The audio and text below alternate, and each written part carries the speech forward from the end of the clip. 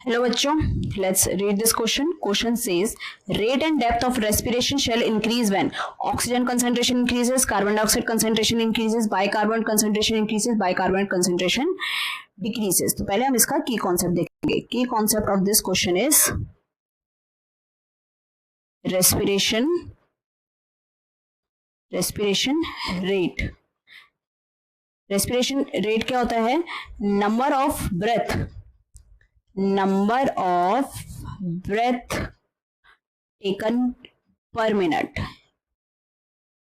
ठीक है. अब आते हैं हम ऑप्शन में. ऑप्शन में हमसे क्या बोला गया है कि क्या rate of depth of respiration जो होती है वो इंक्रीज हो जाती है जब ऑक्सीजन कंसेंट्रेशन इंक्रीज होगी. भाई देखो, जब ऑक्सीजन कंसेंट्रेशन इंक्रीज होगी, ऑक्सीजन कंसेंट्रेशन इंक्रीज है तो उस टाइम पे क्या है, ऑक्सी हीमोग्लोबिन बनेगा. अब यही होता है ना कि भाई जब ऑक्सीजन कंसेंट्रेशन इंक्रीज रहता है तो वो सिर्फ 3% जो होता है 3% डिजोल्व फॉर्म में मिलेगा, प्लाज्मा में डिजोल्व होगा, और उसका 97% जो होता है वो हीमोग्लोबिन के साथ बाउंड हो जाता है, जिसको हम बोलते हैं ऑक्सी हीमोग्लोबिन. तो ये क्या हो गया? ऑक्सी हीमोग्लोबिन बन गया. अब इसमें क्या हो जाएगी? ब्रीदिंग स्लो हो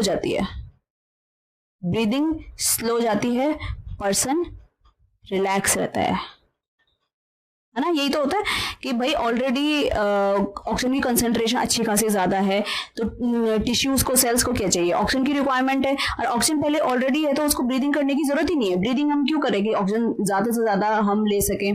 ठीक है.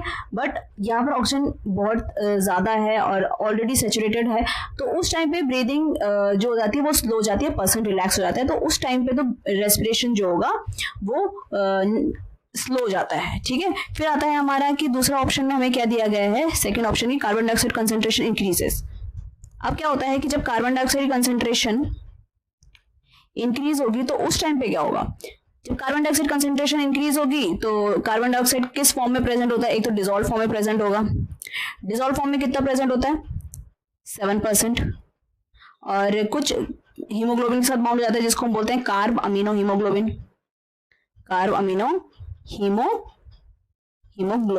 वो कितना होता है?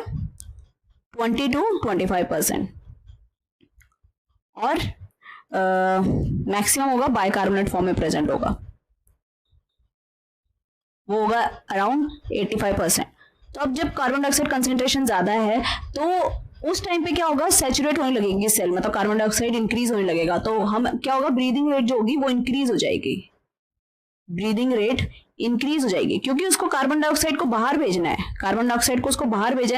और ऑक्सीजन को अंदर लेना है. तो वो क्या करेंगे? फटाफट से ब्रीदिंग करेंगे ताकि रेस्पिरेशन इंक्रीज हो जाएगा, रेट इंक्रीज हो जाएगा, ताकि ये कार्बन डाइऑक्साइड जो अंदर भर चुकी है वो बाहर जाए और ऑक्सीजन अंदर आए. ठीक है.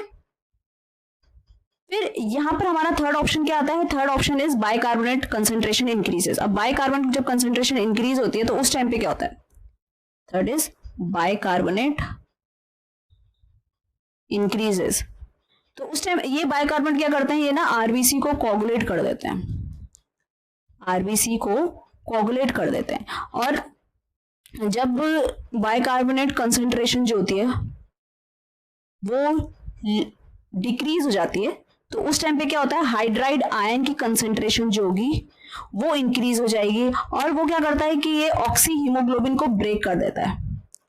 Breakage of oxy haemoglobin. तो यहां पर हमें पता चल गया कि भाई ये सारी चीजें होंगी तो क्या क्या फंक्शन करेगा ये बॉडी में. तो इससे हमें पता चल गया भाई, क्वेश्चन में हमसे पूछा है कि रेट और डेप्थ ऑफ रेस्पिरेशन कब इंक्रीज होगी. तो यहाँ पर हमें एक ही ऑप्शन दिख रहा है कि जब रेट ऑफ रेस्पिरेशन तब होगी, इंक्रीज होगी जब कार्बन डाइऑक्साइड का कंसेंट्रेशन इंक्रीज हो गया. तो इसका करेक्ट आंसर क्या होगा? Option B. So I hope you understood it well. All the best.